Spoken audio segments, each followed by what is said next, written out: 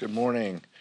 Pleased to be joined with Vice Chair Ted Lieu and our Chairwoman of Appropriations, always my Chairwoman of Appropriations, Rosa DeLauro. This week, House Democrats will again deliver the votes to prevent a government shutdown. If there is one thing consistent within the 118th Congress, it's that Democrats are the only adults in the chamber. And because of the leadership of Ranking Member DeLauro, Leader Jeffries, and the leadership team, these funding bills protect so many key priorities that are important to our caucus and are free of partisan amendments and riders that restrict abortion access. But it didn't have to be like this. The months of crisis, chaos, and confusion are a direct result and a wholesale takeover of the Republican Party by Donald Trump and MAGA extremists. That's not just an observation. Those are his words. On Saturday, he said that the Republican Party now must be, quote, 100% MAGA. What that means in practice is more chaos, more crisis, and more confusion. It means that the needs of everyday Americans, like lowering the costs of everyday goods and services, addressing gun violence, and growing the middle class, remain on the back burner. The contrast could not be more clear. We are Team Normal.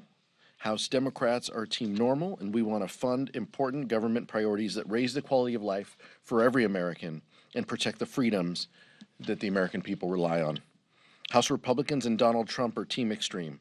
They lurch from crisis to crisis because the only unifying principles motivating them are the whims and grievances of a man who has 91 felonies behind his name.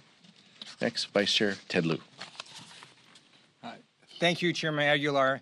I'm going to talk about two issues today. The first is in vitro fertilization, IVF. 125 members of the Republican Party signed the Life at Conception bill that would ban IVF. Now, some of them have now come on and said, no, it really doesn't ban IVF. That's a lie. How do we know that? Because the Alabama Supreme Court used basically the same language, and IVF clinics across Alabama started shutting down.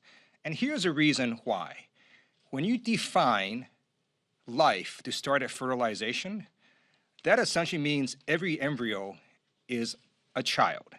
The way IVF works, as part of the process, a number of embryos get discarded.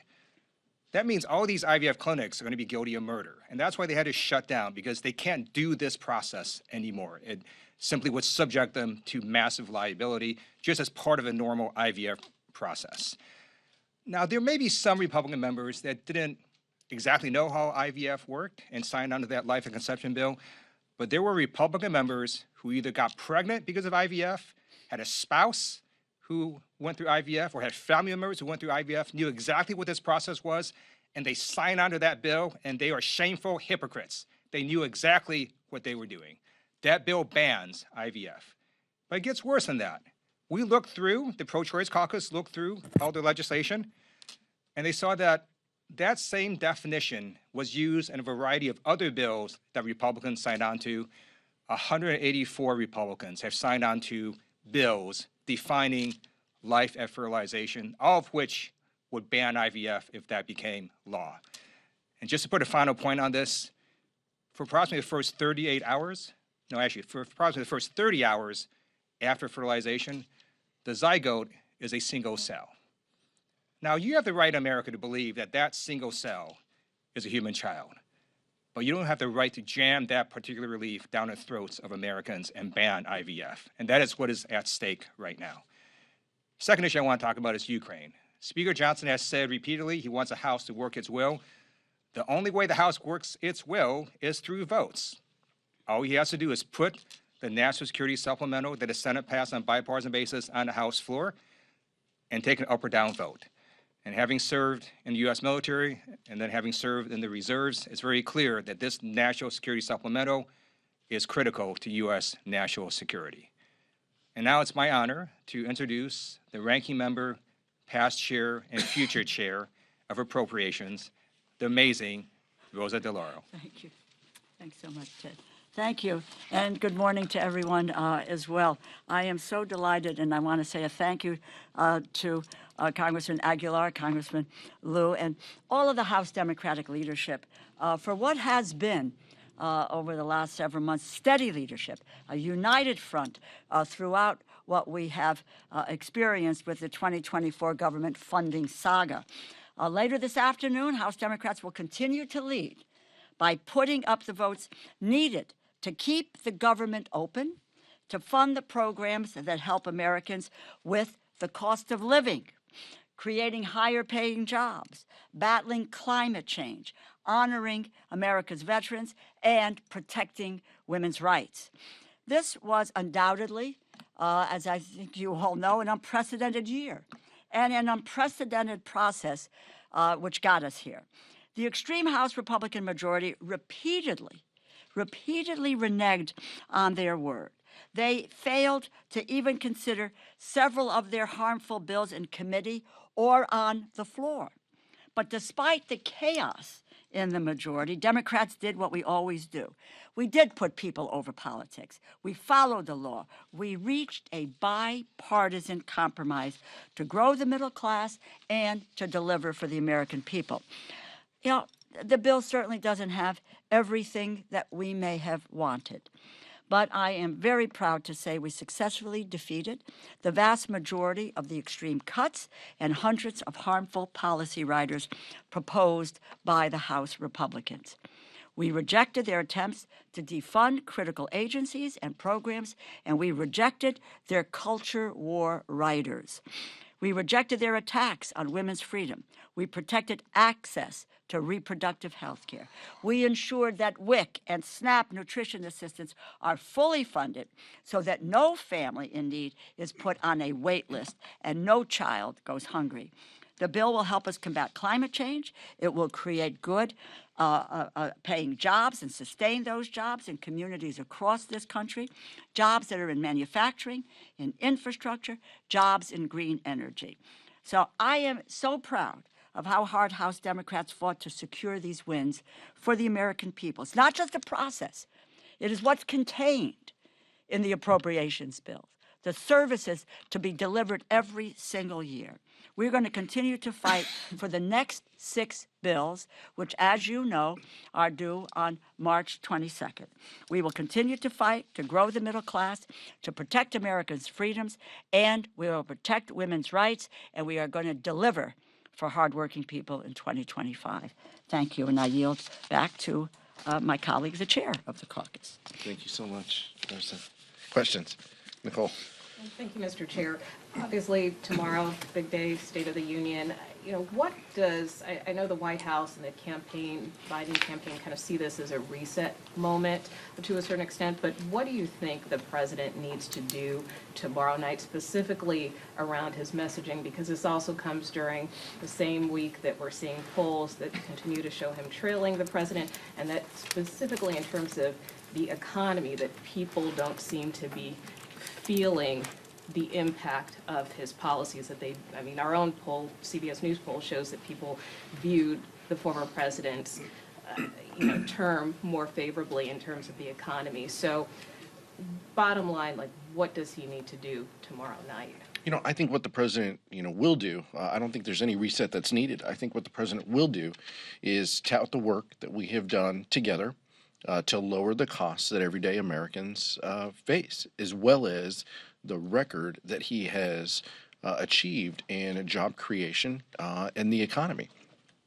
I think that will be the focus of the speech, as well as what Vice Chair Liu mentioned, the importance of the national security priorities in front of us, the importance of the House working its will and funding urgent national security priorities for Israel, Ukraine, humanitarian assistance, and Indo-Pacific PACOM priorities. That's what the president will do, but specific on the domestic front, there are achievements that he has discussed, that we will continue to discuss, as well as the agenda moving forward. And I think that vision and that focus on the domestic side is something that we will hear and we will see discussed as well. I'll yield to the Vice Chair. Thank you. I agree with everything Chairman Aguilar said. I also want to note that 2 national polls show Biden leading Trump. I would wish you all would report on that as well.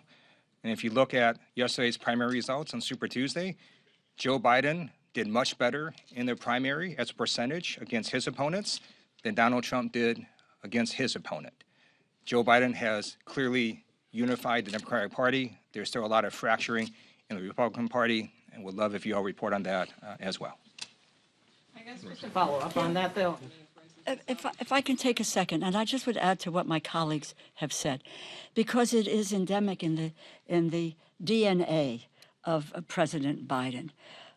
His own experience leads him to understand that what people are facing today is a high cost of living, that people are living paycheck to paycheck, that it's just not a soundbite, and that they're having trouble purchasing food, that they're having trouble health care, whatever it is, child care, he gets that. And underlying what he has done, which has been to try to address those issues, that he will, I believe that will be part of what he does, is to recognize the economic crisis and the insecurity that people are feeling today, many of whom have wages have not gone up in decades. And that's why he has worked as hard as he has to deal with the public policy initiatives that he has initiated and gotten passed. It's not just for a process. It is as an understanding of walking in people's shoes and what they need to have, and how he is trying to be able to get them what they need for their economic future. Max? Question on the appropriations process. I know a lot of Democrats, most prominently Chris Murphy, came out today and said he's going to vote no against this bill because of the VA gun policy rider. Curious your thoughts on that provision and what was shared during caucus this morning about some misgivings about that. The ranking member DeLauro presented, as well as every ranking member within the 6 bills presented. We talked about that provision. My expectation is that House Democrats are going to do what we have done in the past, and that is to put up the votes to fund government. We have seen that time and time again. Does that mean that we support this provision? No, and we will work in future appropriations process to ensure that gun violence prevention and tools to root out, tools to support gun safety are included in these bills. But we will be supporting this bill in front of us today. Yeah, I would just say I find it interesting. Look, bad policy, not for it. However, the Senate, people go back and take a look at the Senate, both supported the Kennedy Amendment and the underlying bill. There was a strong bipartisan vote on that bill as it came over to the House. In the House, most Democrats voted against the Boston Amendment, and most voted against the final bill in the military construction bill.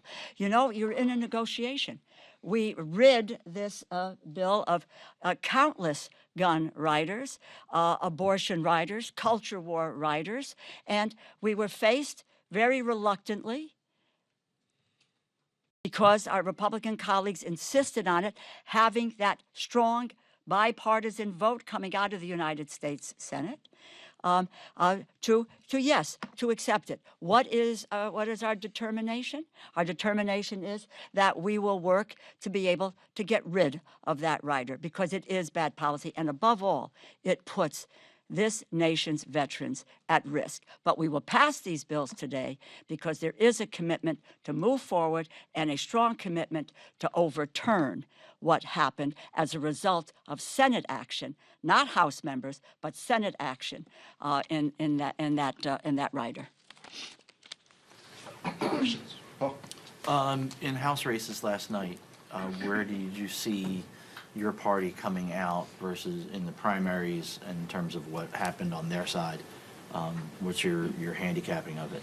Yeah, I'm happy Super Tuesday.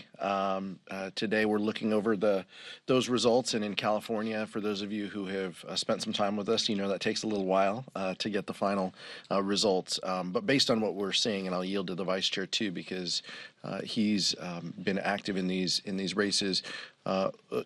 Democrats are in a very good position to reclaim the House, and California will play a significant role in that. We are pleased with the candidates that advanced. We're pleased that Democrats have candidates in these, key races. We look forward to the months ahead. Obviously, when we're here, we're legislating, but there will be a time and a place to do the politics, and we're happy with the outcomes. Thank you. In every single district in California, we've got a strong Democratic candidate for the general election. We're very pleased with that. And I also want to congratulate Adam Schiff, who will be the next senator in California. Nick? Also on the topic of Super Tuesday, down ballot, what is your reaction to Mr. Schiff's win last night in the primaries? Boosting Steve Garvey, was that worth it? Well, look, there's a Democrat, on the ballot. There's a Republican on the ballot, and as the vice chair said, we congratulate Representative Schiff on his win last night, and we look forward to serving with him in his future capacity as a senator. We're endorsers and supporters. We didn't hide that, and pleased with the numbers that he put up. Obviously, with deep respect and admiration to the other members who advanced their names as well. Representatives Porter and Lee are both powerhouses within the caucus, but Adam Schiff was successful. Yesterday in California, also on Super Tuesday, there was low voter turnout. Do you have any concerns, two of you also being from California, come November, especially now with Haley dropping out, it's seeming like it's going to be a Biden-Trump rematch, and voters are unenthusiastic about that kind of ballot. Do you have any concerns of voter turnout in November with that? With Donald Trump at the top of the ticket, Republicans at the top of the ticket in California are going to squirm because, independent, voices in California detest Donald Trump's policies. That is overwhelmingly going to be the driving force when it comes to turnout in California. This is not unlike 2012 when Democrats in the Democratic primary, when the president of our party was seeking re-election, turnout in the primary was incredibly low, and then picked back up in November. That is always expected from the primary to the general in California, more so when there isn't much on the ballot driving the top of the ticket in way of contested races. And so this was expected. We knew this was going to be low. The data that we track knew this was going to be low. My expectation is that the state of California is going to make its voice heard on November 5th, denouncing Donald Trump and his policies and those people who support those policies. Eric? This question for Rosa DeLauro. Can you update us on the second minibus? Is that going to be much tougher to do, or are we on track on that, or what's the status? Yeah, no, thank you. Thank you. If I might just take 1 second, I know, in the past, in the last couple of years, the average non-defense increase was in the neighborhood of about 8%. This year, it's flat. And then there are must-pay bills, like we were very successful with the WIC effort. We needed to deal with cuts elsewhere. But where the cuts are, and I'm so really excited about the bills that we're going to deal with today, because they're nowhere near the 22% cuts that the House Republicans had threatened. And you should know that overall, within the 12 bills, there are 560 riders. In this set of 6, there are 262. We rid ourselves of 98% of those riders. Let's talk about the 6 bills coming up. We are on target and on track to meet that deadline of March 22nd. The bills are in various stages of progress, et cetera.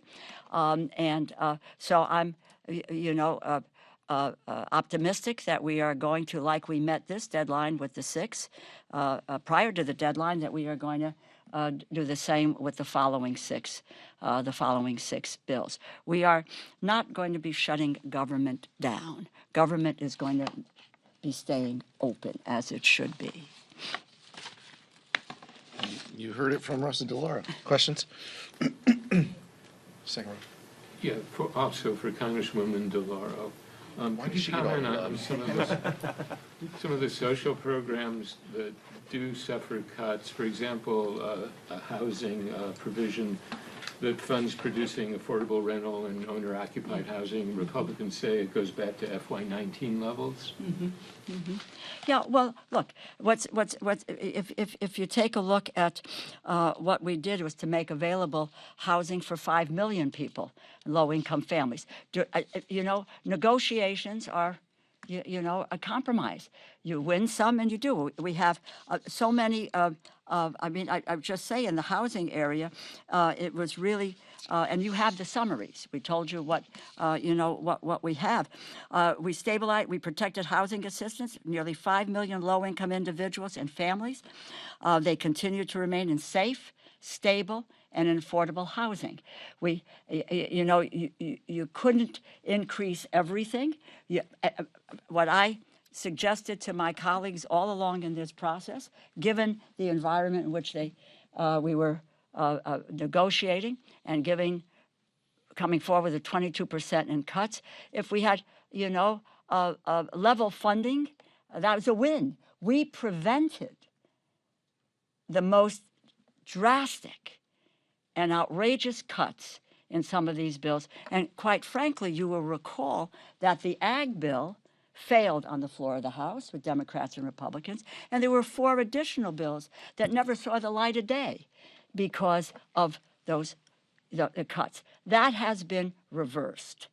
So we didn't get everything that we wanted, but we got most of it. Thank you. On the IVF issue, I'm sorry, please. On IVF, clearly I think it is very fair to bring up past statements that Republicans have made and past bills that they've introduced. But since the decision in Alabama has come down, we've seen an overwhelming amount of Republicans coming out in support of IVF and also criticizing the Supreme Court decision there. Do you see that as a victory that Republicans are so vocal about this, and can that be a possibility for a bipartisan solution? Republicans beat back a solution in the Senate. They didn't allow Tammy Duckworth to offer her bill. I view it more as a realization that Republicans have looked in the mirror and they understand what is in front of them. And they are very mindful of the political calendar as well. They know women and families around this country support IVF and access to abortion care. That's just the reality. And they have been couched and coached into say the right things. But ultimately, what's important is what they put their names on. When we're here, when we're legislating, what you sign, what you support, speaks for your values and your district. And that's what Republicans have chosen to do. As the vice chair said, over 180 Republicans who have lent their name to that same language. But this is a realization of what's ahead for them in the eyes of the public. Nothing more than that. Actions speak louder than words. So Republicans who sign on to life and conception bill and say they support IVF are lying. They know full well that you cannot define life and conception and have IVF clinics. That's why they're all shutting down in Alabama, because that language shuts down IVF. If Republicans want to do something about it, they can all take their names off the life and conception bill and they can introduce their own bill protecting IVF. They refuse to do that. So they go on TV and in the media and they lie to you and to the American public, and they're shameful hypocrites. Just lastly, for the record, both Vice Chair Liu and I have the same glasses that Rosa DeLauro has, and she wears them so much better, for the record. Thank you so much. Thank you. Thank you. Thank you.